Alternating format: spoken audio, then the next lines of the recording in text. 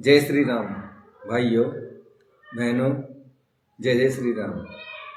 आज मैं आपको पितृदोष के बारे में कुछ ज़रूरी बातें बताना चाहता हूँ। अगर आपको पसंद आए तो चैनल को सब्सक्राइब करना, लाइक करना, शेयर करना। मैं आज आपको 2-3 बातें ऐसी बताऊँगा जो अकाट्य साबित होगी। आप मान जाओगे कि वास्तव में पितृदोष, वास्तु दोष और किसी का कराया जो भी कुछ है उसमें 100% आपको फायदा दिखेगा। अब इस क्रम में मैं बताऊंगा आपको सबसे पहले पंचबली।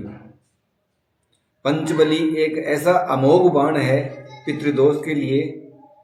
तो इसका अपने को 11 दिन में निश्चित रूप से अपने को पता चल जाएगा कि पितृदोष से अपने को जो परेशानी हो रही थी, परेशान हो रहे थे अपन, पैसों में बरकत नहीं हो रही थी, जॉब नहीं लगना, आर्थिक तंगी का होना, इन सब से निजात मिलेगा आपको। तो करना क्या है अपने को, जो घर की गृहिणी होती है वो सुबह नहा धो करके खाना बनाती है,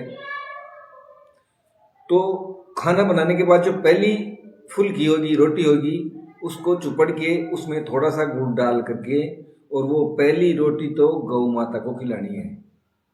अपने सनातन धर्म में गौ माता में सर्व देवता, सारे देवता निवास करते हैं, ऐसा मानते हैं, ऐसा है भी, 100% है ऐसा। तो सबसे पहली रोटी गौ माता को, क्योंकि गाय तो आजकल सिटी में भी, गाँव में भी, हर जगह मिल जाती है। और वो तो क्या, अगर उसको अपन रोटी देते हैं तो रोजाना अपने घर पे ऑटोमेटिक टाइम ये आ जाती है, क्योंकि उसमें देवता निवास करते हैं। तो पहली रोटी गाय को, फिर दूसरी में अपने आप ही 2 बलि हो जाती है। दूसरी रोटी में कैसे कि एक रोटी के 2 टुकड़े बनाने हैं। अब दोनों टुकड़ों पे थोड़ा थोड़ा गुड़ डालना है और दोनों टुकड़ों को छत के ऊपर रख के आना है, ताकि उनको कौवा कोई भी जानवर खा सके आराम से। आधी रोटी ऊपर छत पे रख के आनी है बाई इज्जत से। और चौथी बलि है, वो चौथी बलि क्या है, वैसे की वैसे ही करना है। रोटी सेकनी है, उसको चुपड़ना है, उसमें थोड़ा सा गुड़ डालना है और कुत्ते को खिला देना है। यह हो गई चौथी बलि। अब आती है 5वीं बलि।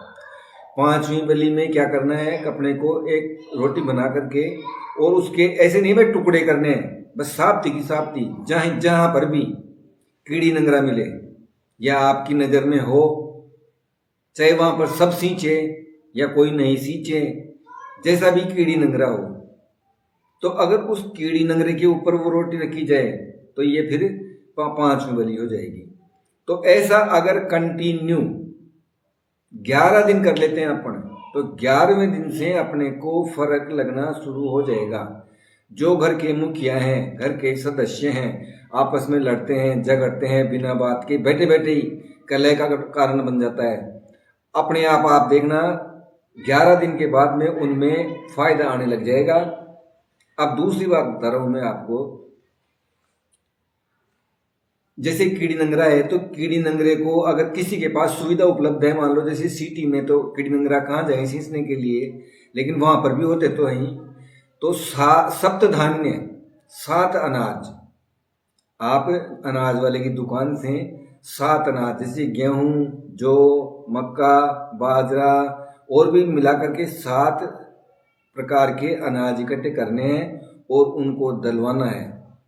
उनमें थोड़ा सा बूरा डालना है। जैसे अगर सप्त धान्य मान लो, जैसे अपने पास 5 किलो गए, तो उनमें आधा किलो बूरा डालना है। अब उनको एक जगह कर लेना है और पितरेश्वरों का नाम लेकर के रोजाना अपने को थोड़ा थोड़ा, जैसे 100 ग्राम, 125 ग्राम लेकर के कंटिन्यू। और अगर ऐसा कीड़ी नंगरा मिल जाए किसी को, भाई जिसको दूसरा नहीं सींचता हो, उसकी तो कहना ही क्या, फिर उसका तो तुरंत काम होगा। तो ये काम करना है कीड़ी नंगरे को सींचने का। अब तीसरा उपाय बता रहा हूं मैं आपको, वो रोजाना करने की जरूरी नहीं है।